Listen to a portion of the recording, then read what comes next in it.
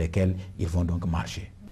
Et on se rend compte que dans la famille, c'est surtout la maman qui est amenée à jouer le rôle d'éducatrice en matière de sexualité.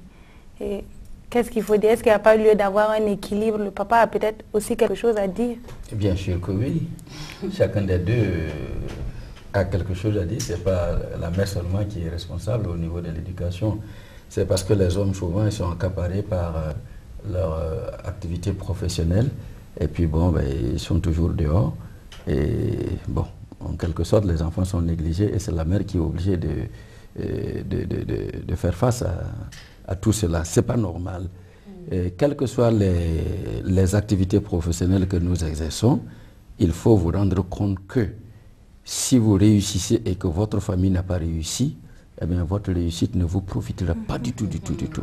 Je prends quelqu'un qui, par exemple, professionnellement est devenu directeur d'une grande société alors que ses fils et ses filles, ce sont les grands bandits, les drogueurs.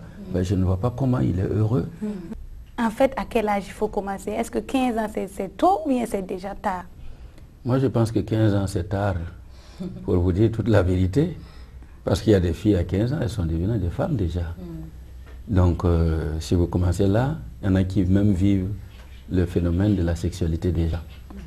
Donc, vous allez faire le merci après la mort. Ouais. Et ça risque de ne pas avoir tellement d'effet parce que l'enfant aura déjà appris des choses négatives qui sont restées dans sa tête et vous ne pourrez pas détruire avec ce que vous apportez tardivement ce qui déjà existe dans la mémoire de l'enfant et qui va marquer son comportement. Donc, il faut commencer tôt.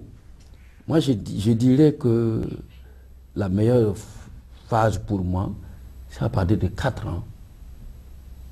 Au même moment que l'enfant va à l'école maternelle, si vous remarquez, les parents doivent être attentifs, si vous remarquez certains comportements qui ont besoin de correction en matière d'éducation sexuelle, il faut que les parents interviennent. Mais comme je l'ai dit, hein, en fonction de leur âge, sans brutalité, et on suit. Vous avez parlé de 3 ans. On voit aussi à cet âge-là, l'enfant, 4 ans, l'enfant pose trop de questions. Parfois, on est en public, il peut voir des choses et puis commencer à nous questionner, poser des questions. Est-ce que c'est obligé de répondre? Oui, vous êtes en obligé public, de répondre. Le dimanche, par exemple, nous voulons sortir, aller visiter les animaux. Oui. On peut trouver les animaux en train de s'accoupler et puis l'enfant commence à poser des questions alors qu'on est en groupe. Est-ce que c'est nécessaire de lui répondre? Parce que je trouve que si on habitue l'enfant aussi à des réponses en public, est-ce que ce n'est pas un manque de pudeur? Bon, manque de pudeur, je ne vois pas ça comme ça. Mais si l'enfant vous pose la question parce que vous êtes allé dans un zoo, l'enfant a vu des animaux qui s'accouplent, l'enfant veut avoir des renseignements, donnez-lui les renseignements qu'il désire. Bon, je crois que le fait de dire qu'il y a le public, c'est là un danger. On se laisse arrêter par un préjugé qui est le public. Et ce préjugé peut être beaucoup plus dangereux même que la réalité. Et puis en répondant à cet enfant, ça peut aider par la même occasion d'autres enfants qui peut-être avaient la question mais n'ont pas osé même poser la question. Ils sont instruits par la même occasion. C'est si on les habitue aussi à parler de la sexualité n'importe où et n'importe comment. En même temps, il faut aussi leur apprendre, les éduquer dans la pudeur aussi. Comme ça, ils pourront peut-être si un enfant pose une question concernant le sexe et la sexualité, pardon, et il se trouve qu'il y a beaucoup de gens autour de nous, on peut lui dire, ok, je vais te répondre à la maison. Je sais pas. Ça dépend des circonstances. Au risque d'oublier aussi d'en reparler à la maison. Ça dépend des parents. Je crois que ça dépend des circonstances et des parents. Si vous jugez qu'une telle réponse n'est pas à donner à votre enfant et qu'il faut attendre à la maison, vous notez pour ne pas oublier parce que l'enfant veut avoir une connaissance, vous lui donnez cette connaissance. Bon, mais le problème de pudeur existe de manière un peu naturelle d'ailleurs dans nos sociétés, particulièrement africaines. Vous voyez, il y a des choses qui se font. Dans les familles, par exemple, où maman aime se mettre à l'aise, ce problème de pudeur n'est pas vécu de la même manière qu'ailleurs. Bon, où papa se met à l'aise.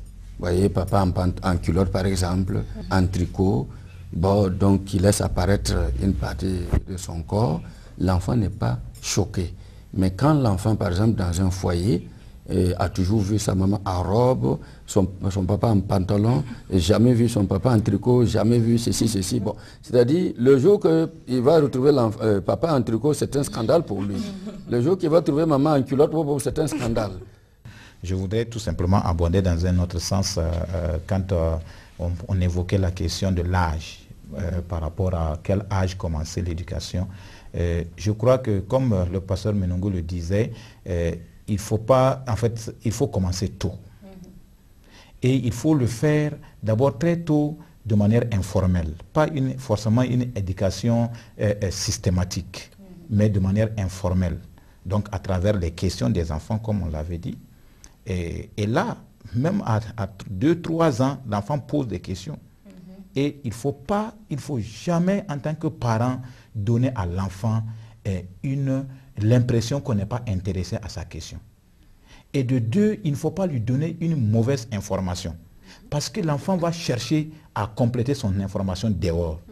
Et quand il va trouver que l'information que le père ou la mère lui avait donnée par rapport à sa sexualité est une information fausse, il ne va plus jamais faire confiance à ses parents.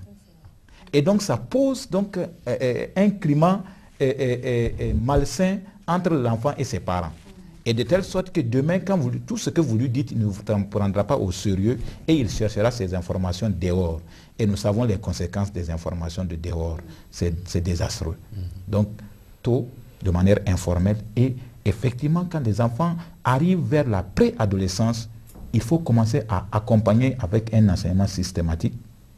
Si on ne le peut pas soi-même, alors on peut le faire à travers des livres. Donc pour que l'enfant puisse savoir qui je suis, comment fonctionne mon corps, quels peuvent être les dangers qui peuvent me rencontrer, et surtout aujourd'hui la question des maladies et sexuellement transmissibles comme le sida et toutes les autres IST doivent nous interpeller en tant que parents pour toucher ces aspects-là avec nos enfants très tôt, peuvent être informés de la bonne manière.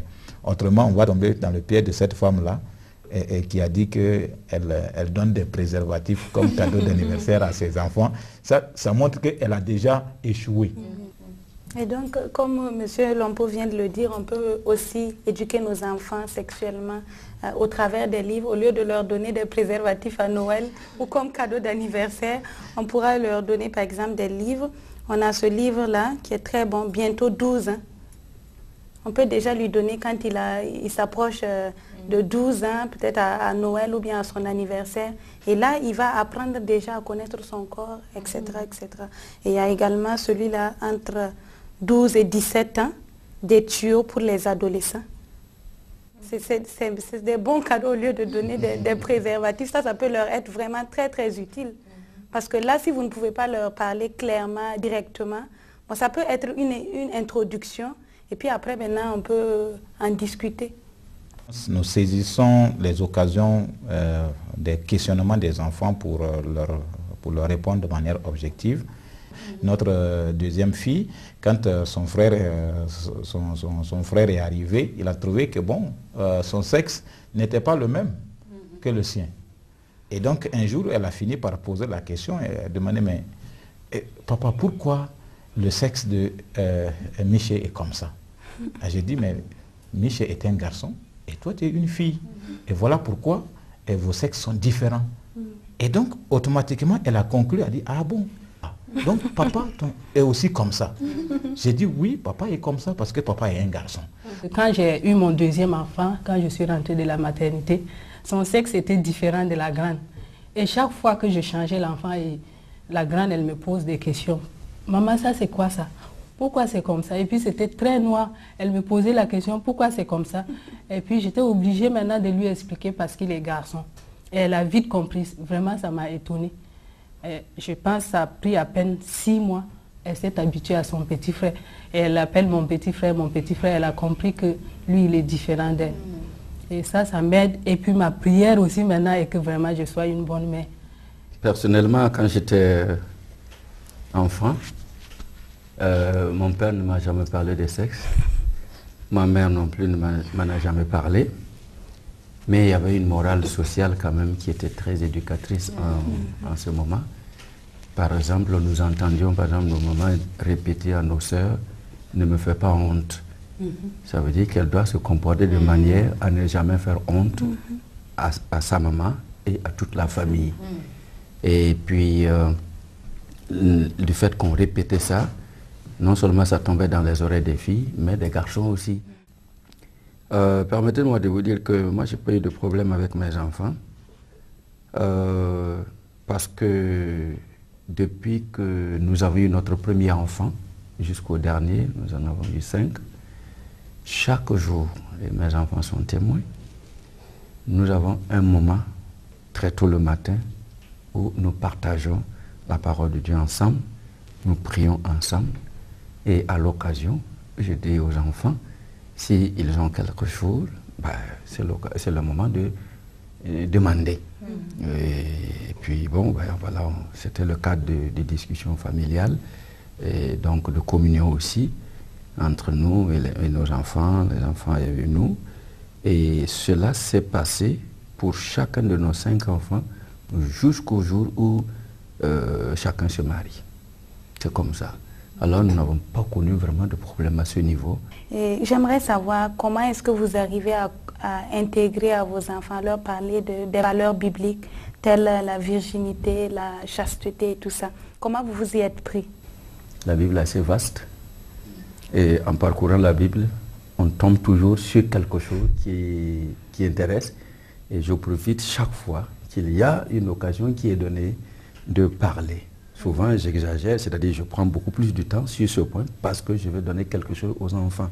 Donc on insiste beaucoup là-dessus. Mais je n'ai pas un programme établi en matière d'éducation des enfants comme ça, mais à chaque occasion que nous lisons la parole, eh bien, on fait des tours d'horizon sur différents sujets qui relèvent de la vie des enfants, des grandes personnes aussi.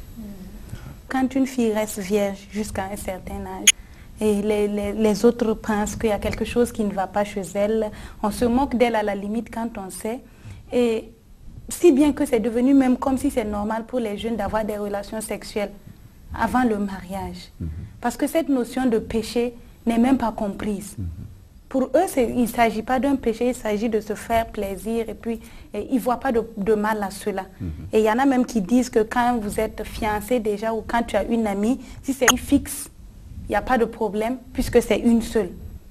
Donc je ne sais pas, qu'est-ce que vous pouvez dire à ce niveau? Le fait pour une jeune fille d'être vierge, c'est biblique, c'est quelque chose qui est beau. Si une fille est vierge, ça veut dire qu'elle a su se conduire bien et elle va arriver chez son mari d'une manière digne aussi. Digne selon Dieu et même digne selon les hommes. Généralement, on dit une fille vierge, c'est une fille dont l'hymen est encore en place. Dans la création de Dieu, Dieu ne crée jamais les choses au hasard. Pourquoi Dieu a-t-il mis cette petite enveloppe pour fermer en quelque sorte le sexe de la jeune fille? Ben, c'est pour lui montrer que son sexe n'est pas pour n'importe qui. Ce n'est pas un lieu du hasard, ce n'est pas un lieu donc de désordre. C'est pour donc donner à la jeune fille que seulement cette porte ne doit être ouverte que par le mariage. Et si tout est gardé comme ça, eh bien la jeune fille arrive dans le mariage vierge, donc elle apprend avec le seul homme de sa vie, qui est son mari, à vivre la vie intime de la manière la plus pure possible, la plus belle aussi. Je rencontre beaucoup de femmes qui me disent, ah, quand je suis avec mon mari, je pense à tel autre avec qui elle a eu justement des rapports avant le mariage. Bon, et puis ça perturbe fondamentalement la femme, parce que la femme est un être extrêmement sensible, Dieu l'a créé ainsi, et quand elle se donne à un homme, elle se donne entièrement. Et il faut la préparer justement à ce genre de don pendant qu'elle est jeune fille. Mais si il se trouve déjà qu'elle s'est livrée quelque part, partiellement à d'autres personnes, elle ne peut plus jouir du bonheur. Il y a beaucoup de femmes qui en souffrent à cause d'une vie désordonnée sexuellement dans leur passé, c'est-à-dire quand elles étaient encore jeunes filles. Il y a aussi le fait que les gens disent, oui, c'est dépassé, c'est ceci, c'est ceci. Ceux qui disent ça, ils sont moralement dépassés. C'est-à-dire qu'ils ne sont plus bien. Les jeunes veulent